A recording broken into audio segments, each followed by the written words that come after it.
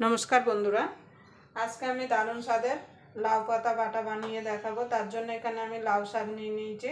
লাউ শাকগুলো পরিষ্কার করে ধুয়ে আর ছোট ছোট করে কেটে ছিঁড়ে নিয়েছি হাত দিয়ে। আপনারা চাইলে বটি দিয়েও কেটে নিতে পারেন। প্রথমে লাউ শাকগুলোকে সিদ্ধ করে নেব। লাউ পাতাগুলোকে দেখুন বন্ধু, লাউ পাতাগুলো জল দিয়ে দিয়েছি। দিয়ে দেবো রসুন আর কাঁচা লঙ্কা। ঝালটা আপনাদের স্বাদ মতো দেবেন, যে যেমন ঝাল খেতে পছন্দ করেন। এবার গ্যাসটা ধরিয়ে, খুব বেশি সিদ্ধ করার দরকার নেই, এপিট ওপিট করে একটুখানি ভাপিয়ে নিলেই হবে মিনিট খানিক। এবার ঢাকা দিয়ে এটাকে আমি ভাপিয়ে নেব। দেখুন বন্ধুরা,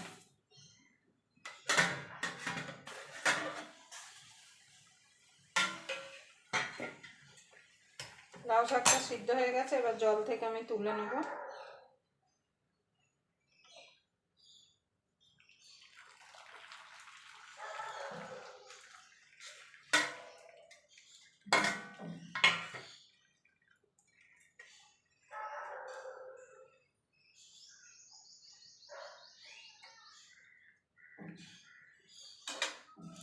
এবার ঠান্ডা হলে এটা মিক্সিতে দিয়ে পেস্ট করে নিন বন্ধুরা। লাউ শাকটা ঠান্ডা হয়ে গেছে। এখানে একটা মিক্সির জার নিয়েছি, মিক্সির জারের মধ্যে দিয়ে দেবো।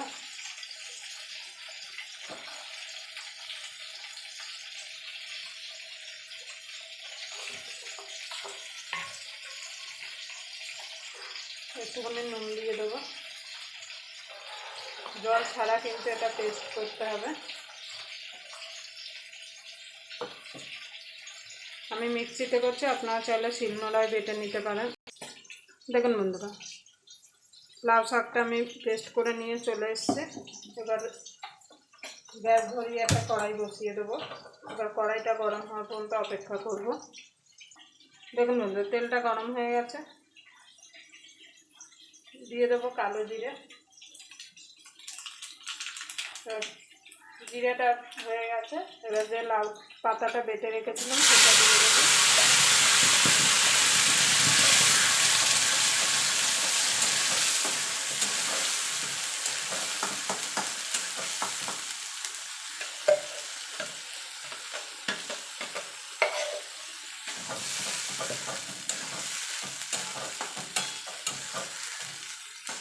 এবার এটাকে শুকিয়ে নেবো যতক্ষণ কড়াই থেকে ছেড়ে না আসছে। দেখুন সামান্য দিয়ে দেবো একটুখানি হলুদ গুঁড়ো আর একটু নুন দিয়ে দেবো। নুনটা আপনারা অবশ্যই একটু চেক করে নেবেন।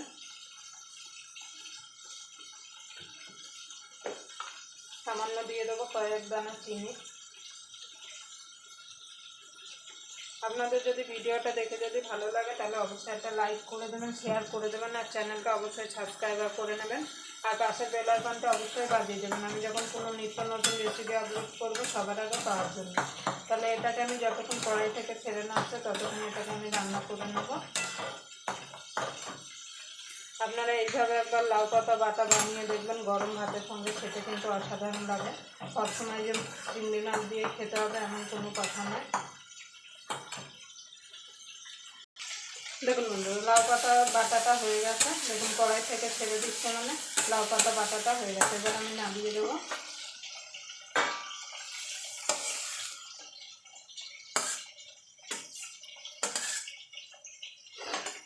আবার আপনাদের সঙ্গে কোনো নতুন রেসিপি নিয়ে দেখা হবে। ততক্ষণ পর্যন্ত আপনারা ভালো থাকবেন, সুস্থ থাকবেন।